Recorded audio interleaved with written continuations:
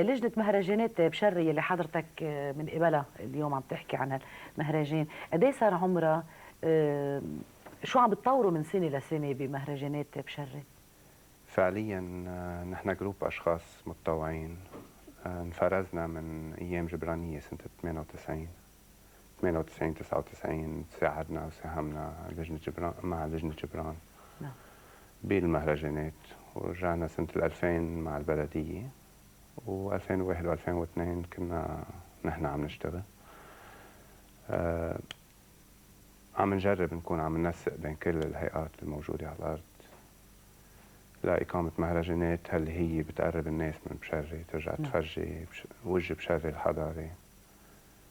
بحب أذكر هون أكيد بشري، يعني ما كتير بدي أعرف عليها لأنه معروفة، بس بتمتد من كعب وادي قديشة لقرنة السوداء، وهالشي بيعطينا موقع حضاري وبيئي نرغب انه كل الناس يشاركونا فيه ويطلعوا. يعني فهمت منك استاذ جو انه في عدة فرقاء بيساهموا بتحضير المهرجان، مثل مين؟ يعني في لجنة مهرجانات، في بلدية، مين بعد؟ نحن فعليا لجنة مهرجانات بشري مؤلفة من كذا عضو. هالأعضاء مساقة كل حدا جايبين من كل المجالات، من كل المجالات، وداخلين نعم، متطوعين. ليكونوا الكل يعني ممثلين.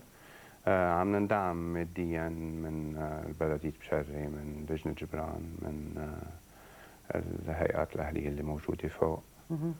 السنة كمان اندعمنا من كفاريو ونشكره، وأشخاص أفراد، يعني اتكلنا السنة كتير على الأفراد. ودعم منيح يعني حرزين بينجح مهرجان يعني؟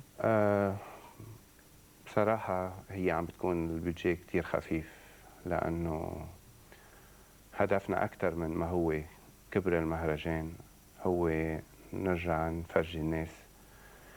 مثل ما بتعرفي في عنا الإيكو توريزم النادي فوق، وهاللي هدفه بيئي 100%. نعم. وهالنادي عم بيهتم بيفرجي المنطقة كلها،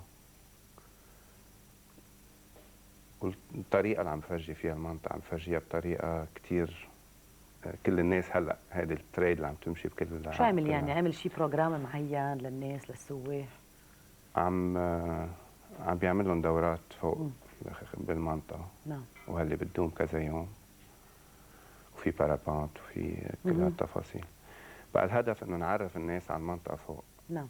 ونرجع نردهم على جذورنا، لانه فوق الارض يعني. اي طبعا، قلب لبنان.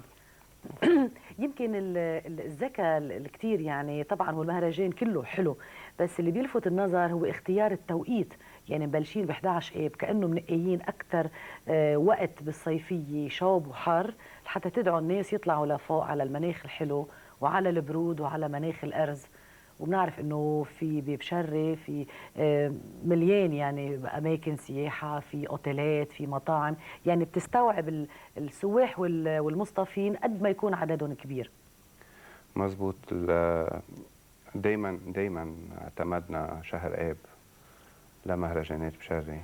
نعم. السبب اساسي، اول شيء بتموز عندنا في الخطيطه، وكون ما كتير خارج الجو حفلات. حلو يعني. ايه حلو، بس مش خارج حفلات. بس غربي، في ناس ما بيحبوا الخطيطه بالصيف. هيدي اول نقطه. ثاني شغله، اعتمدنا انطلاقا من عيد الرب اللي هو مشهور بالارز فوق، ببلش ب6 اب عيد الرب، وفي عنا ل 14 ايلول اللي هو عيد الصليب، وهدول عيدين بشري دايما بتحتفل فيهم. نعم. ما دخلنا هالعيدين بالمهرجان لانه طبيعيا عم بيصيروا هالاعياد. بعدتوا عنهم بس عملتوا المهرجان لسقتوه بيناتهم. طيب خلينا نستعرض هلا نحن وياك استاذ جو. المهرجان بشهر السنه بيبدا الاحد 11 ايه بالساعه 9 المساء، شو راح يكون فيه باول يوم بيوم الافتتاح؟ مثل ما لاحظتي في استعراض فني راقص مع فرقه الارز الفنيه. هيدي فرقه موجوده صار لها سنين ببشري، والله يرحمه استاذ يوسف طوق كان مؤسسها. وقفت بعد موته، بس بعدها موجوده كفرقه جروب بيتمرنوا اوقات مع بعضهم. نعم.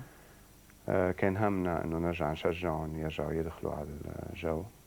ساحة مرسابة. بساحة مرسابة، نعم. بنذكر انه الافتتاح بساحة مرسابة. نعم. هون بحب اشكر قوى الامن كثير عم بيساعدونا مهم.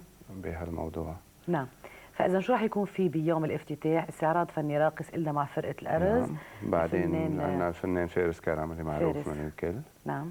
في عندنا نجم استوديو الفن 2002 استاذ عكاري. ميداليه ذهبيه. نعم. بتصور. وبيقدم البرنامج استاذ توني عكاري، مساقب اثنيناتهم ذات الاسم. بس عم ما نفرقهم، واحد بيقربوا انطوان عكاري ما واحد بيقربوا، يعني ما راح يعمل له واسطه انه صوته حلو. فاذا هيدا يوم الافتتاح. نعم. اليوم الثاني شارع النغم واحد، الاحد اللي بعده. نعم. يعني مظبطين كل المهرجان نحن عم نجرب منسقينه نعمل بالويكند. الويك اندات اكثر، لانه نعم. تيكون هاللي ساكن ببيروت يطلع